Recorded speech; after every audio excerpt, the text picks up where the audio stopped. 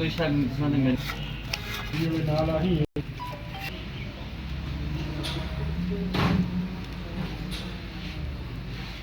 तो भेजा है चलो जी हाँ कबाड़ को बोल दे जिला रिपेयर करके तुला के ठीक है ठीक है आप इससे खरीद के ना बड़े बढ़ा दे से